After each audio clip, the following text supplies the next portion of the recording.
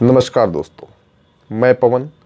आज हम एक ऐसे केस की बात करेंगे जिसके तार भारत और ऑस्ट्रेलिया दोनों से जुड़े हैं। ये कहानी न सिर्फ सस्पेंस से भरी है बल्कि ऑस्ट्रेलिया पुलिस की प्रभावशाली जांच को भी उजागर करती है। यह है सैम अब्राहम, केरल का वह शख्स जिसका जीवन ऑस्ट्रेलिया के फेमस शहर मेलबर्न के शांत वातावरण में अचानक और दुखद रूप से समाप्त हो गया। तो आइए जानते हैं क्या हुआ था सैम के साथ। इस रहस्यमयी घटना की पूरी सच्चाई जानने के लिए ये वीडियो अंत तक जरूर देखें। सोफिया और सैम केरल के कोलम जिले के कारुवालूर में पड़ोसी थे। वे बचपन से ही एक दूसरे को जानते थे। दोनों लोकल चर्च के धार्मिक संगीत मंडली के साथ गाते थे और वहीं से उनकी दोस्ती शुरू हुई। कोटायम, जो कोलम से लगभग 100 किलोमीटर दूर है, वहाँ के कॉलेज में उन्होंने साथ में एडमिशन लिया। यहीं से उनका रिश्ता और भी गहरा हुआ। उन दोनों के बीच प्यार का रिश्ता इतना मजबूत हो गया कि दोनों ने शादी करने की ठान ली। सैम के पिता इस रिश्ते के लिए तैयार नहीं थे और उन्होंने इसका विरोध भी किया, लेकिन सोफिया ने उन्हें धमकी दी कि अगर वे स्वीकार नहीं करते तो वो खुदकुशी कर लेगी। इसके बाद सैम के पिता ने शादी को मंजूर कर दिया और उन्होंने 2008 में शादी कर ली। सैम और सोफिया इस शादी से बहुत खुश थे। शादी के कुछ समय बाद सैम दुबई शिफ्ट हो गए और वहाँ वे यूएई एक्सचेंज के लिए काम कर रहे थे। सोफिया बेंगलुरु और तिरुवनंतपुरम में सॉफ्टवेयर कंपनी में जॉब कर रही थी। शादी के बाद दोनों ने एक बेहतर जीवन का सपना देखा और ऑस्ट्रेलिया में बसने का निर्णय लिया। सोफिया की बहन पहले से ही मेलबर्न में रह रही थी और सोफिया ने उसकी मदद से ऑस्ट्रेलिया में नौकरी शुरू की। कुछ महीने बाद सैम भी वहां शिफ्ट हो गए और उनके परिवार ने मेलबर्न के एक उपनगर एपिंग में नई जिंदगी की शुरुआत की। सैम और सोफिया का एक छोटा बेटा भी था। वे वहां भी लोकल चर्च में सक्रिय रहते थे और कभी कभी वहां चर्च में गाना भी गाया करते थे। उनकी जिंदगी एक सामान्य परिवार की तरह खुशी से बीत रही थी, लेकिन इस सुखद जीवन के पर्दे के पीछे एक भयानक साजिश की नींव रखी जा रही थी जिसमें सैम अनजान था। अक्टूबर 2015 में सैम, सोफिया और उनका बेटा अपने परिवार से मिलने केरल आए। वापस जाने से पहले सैम ने अपने पिता से कुछ अजीब और डरावनी बातें कहीं। उन्होंने यह भी कहा कि उन्हें अपने दादा की कब्र के पास दफनाया जाए। सैम ने संकेत दिया कि सोफिया के साथ कुछ गंभीर समस्याएं चल रही थीं, पर उनके पिता ने इन बातों को गंभीरता से नहीं लिया और समझाया कि ऐसी अशुभ बातें ना करें। इन डरावने संकेतों के बावजूद सैम 11 अक्टूबर 2015 को मेलबर्न लौट आए। 3 दिन बाद 14 अक्टूबर को एक भयानक घटना घटी। सोफिया जब सुबह उठी तो उसने सैम को अपने बगल में मृत पाया। उनके मुंह से झाग निकल रहा था और उनकी सांसें नहीं चल रही थी। सोफिया को लगा कि सैम को हार्ट अटैक आया है और उसने घबराहट की स्थिति में रोते हुए इमरजेंसी सर्विस को कॉल किया।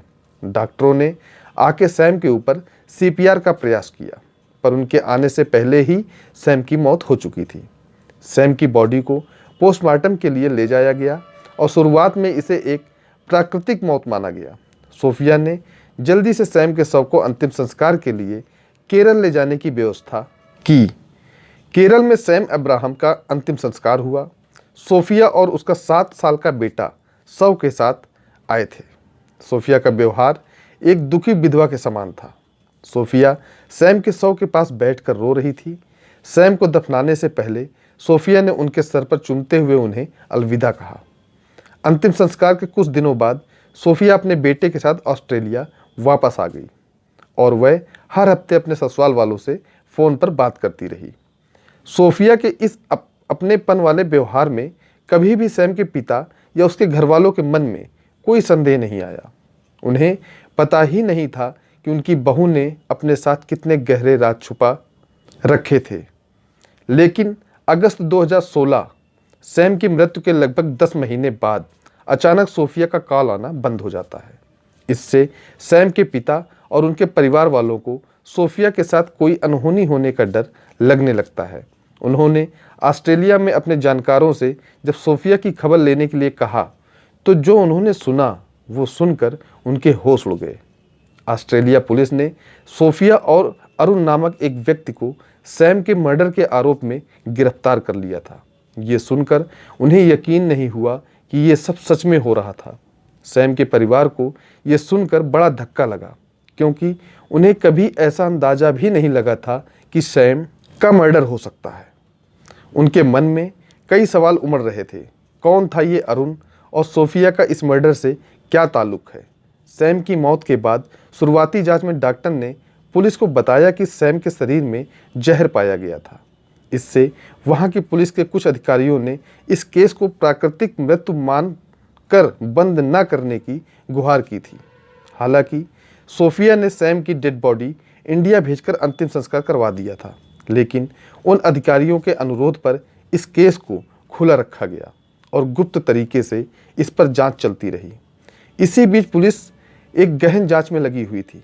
महीनों तक डिटेक्टिव्स ने सोफिया और अरुण पर नज़र रखी, उनके गुप्त मुलाकातों को नोटिस किया। उन्होंने दोनों के बीच 100 घंटे से अधिक की फ़ोन बातचीत को इंटरप्ट किया। चूँकि ये कॉल अधिकतर मलयालम भाषा में थी, इसलिए उन्हें ट्रांसलेटर की मदद लेनी पड़ी। पुलिस ने पाया कि सोफिया और अरुण ने हत्या से 1 साल पहले एक ज्वाइंट बैंक खाता खोला था और सैम की कार को उसकी मौत के 5 महीने बाद अरुण के नाम ट्रांसफ़र कर दिया था। लेकिन अब भी एक अहम सवाल था कि अरुण था कौन और उसने सैम को कैसे मारा। दरअसल अरुण केरल में सोफिया और सैम के कॉलेज में ही इंजीनियरिंग की पढ़ाई कर रहा था। जब दोनों की पहली मुलाकात हुई, वहीं से सोफिया के दिल में अरुण के लिए भी एक फीलिंग्स जगने लगी थी। हालांकि सोफिया ने सैम से लव मैरिज की, पर वो अरुण से भी फिर भी कांटेक्ट में थी। अरुण पढ़ाई के बाद ऑस्ट्रेलिया में जॉब करता था और सोफिया के वहां आ जाने से दोनों फिर से मिलने लगे थे। सैम के भी ऑस्ट्रेलिया शिफ्ट होने के बाद इन दोनों के बीच मिलना कम हो गया था। दोनों एक दूसरे से अपने प्यार का इजहार एक डायरी में अपनी भावनाओं को लिख के व्यक्त किया करते थे। वो अक्सर एक दूसरे के साथ ज़िंदगी बिताने की बात करते थे। इसी चाहत को पूरी करने के लिए उन्होंने एक घिनौने साजिश को जन्म दिया। जुलाई 2015 सैम की हत्या से लगभग 3 महीने पहले सैम पर एक नकाबपोश व्यक्ति ने हमला किया था, जो ट्रेन स्टेशन पर उनकी कार के पीछे छुपा हुआ था। इस हमले के दौरान सैम को गर्दन और गाल पर चोटें आई थीं। वो नकाबपोश अरुण ही था जिसने सैम को उस दिन मारने का प्लान बनाया था। अरुण का ये प्लान फेल हो गया। 13 अक्टूबर 2015 की रात अरुण और सोफिया ने मिलकर अपनी साजिश को आखिरी अंजाम दिया। सोफिया ने सैम को रात को खाने और जूस में जहर मिलाकर दिया। जहर से सैम की मृत्यु हो गई और सोफिया ने सुबह होने का इंतजार किया कि वो इस मौत को नींद में आई हार्ट अटैक का रूप दे सके। पुलिस को अभी एक सबूत की ज़रूरत थी जो कोर्ट में ये जुर्म साबित कर पाए। इसी जांच के दौरान पुलिस के एक अंडर कवर एजेंट ने अरुण से दोस्ती बनाई और उन्हें इस मामले में आखिर वो ब्रेक तब मिला जब अरुण ने एक दिन अंडर कवर एजेंट के साथ ड्रिंक करके बताया कि कैसे अरुण ने एक आदमी को जहर देकर मारा है। 10 महीने की इस जांच के बाद आखिर पुलिस ने अगस्त 2016 में सोफिया और अरुण को गिरफ्तार कर लिया। कोर्ट में कई दिन चले दलीलों के बाद जज ने सैम की हत्या को एक गंभीर हत्या का उदाहरण बताया। आखिरकार सैम के हत्या के आरोप में सोफिया को 22 साल की कारावास सजा सुनाई गई और अरुण को 27 साल की सजा सुनाई गई।